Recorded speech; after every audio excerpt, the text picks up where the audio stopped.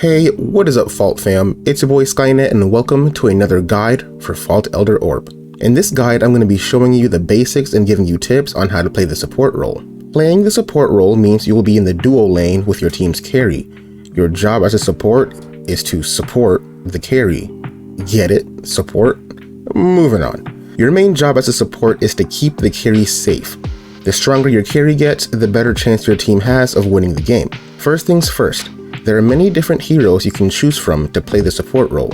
From ranged energy heroes like Decker, Muriel, and FaZe, to more tanky melee heroes like Steel, Richter, and Narbash. Now, after choosing your hero, you'll be dropped into the map. Before doing anything, the game will prompt you to choose two aspects for your hero. For the support role, I highly recommend choosing one or both aspects from the white factions, since these effects are beneficial to support heroes. After picking your aspects, you want to pick your starting items. Now, I highly recommend you pick the starting items the game gives you. Depending on which hero you chose, you'll either start with Shiny Bangle or Scrying Stone. Shiny Bangle is an item that gives you health, energy armor, and physical armor. You want to have Shiny Bangle as a starting item if you are a melee tanky support such as Steel, Narbash, or Richter. These items have some passives that exclusively help support heroes.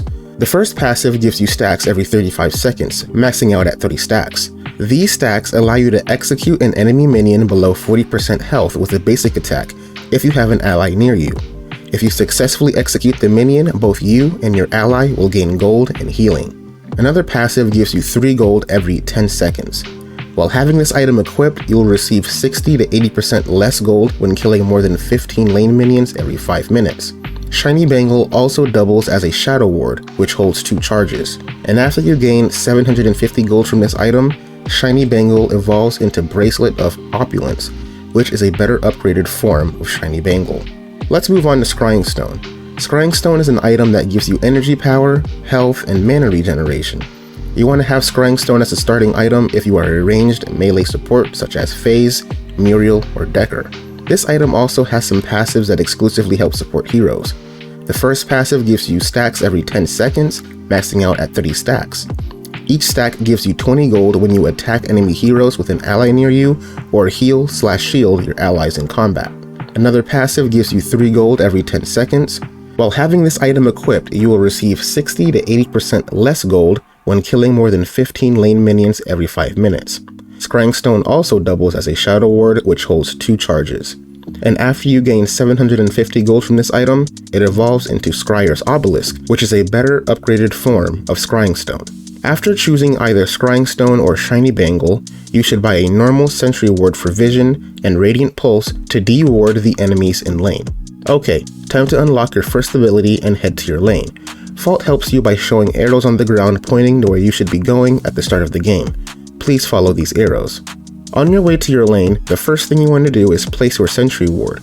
A good spot for this ward is going to be by the steps leaving your jungle, closest to your lane. This will give you vision and alert you of any incoming ganks.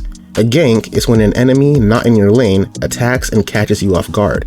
This can lead to either you, your carry, or the both of you dying. After placing your Sentry Ward, you want to place your Shadow Ward from either Scrying Stone or Shiny Bangle.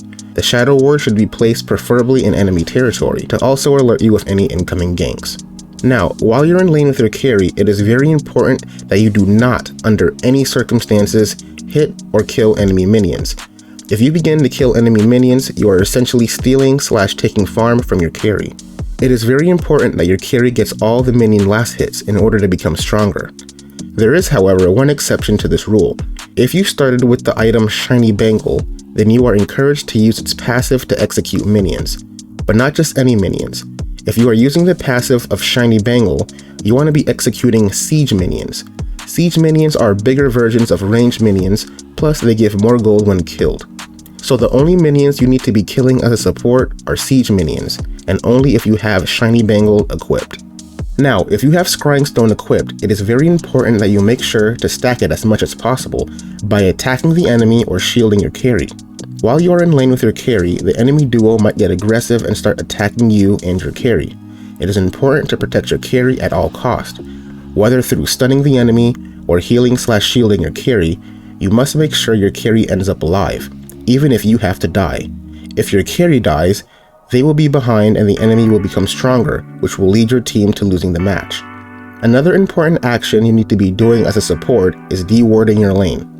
Dewarding is the act of removing enemy wards, denying them of vision. By dewarding your lane, you are helping your jungler, making it easier for them to gank the enemy carry and support. If you are winning your lane and it's safe to do so, you can help your carry even more by controlling the gold buff.